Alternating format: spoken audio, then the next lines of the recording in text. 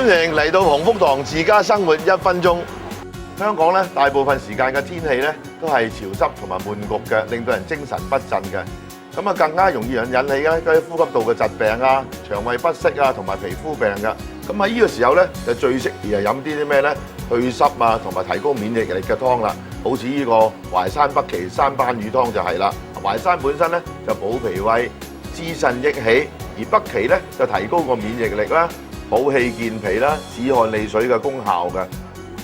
再加埋清熱利尿啦，幫助消化嘅紅蘿蔔同粟米一齊煲，再配合埋營養豐富嘅生斑魚，呢個湯真係能夠健脾益氣、止虛汗啦、去水濕啦，同埋強身健體、老少咸宜㗎。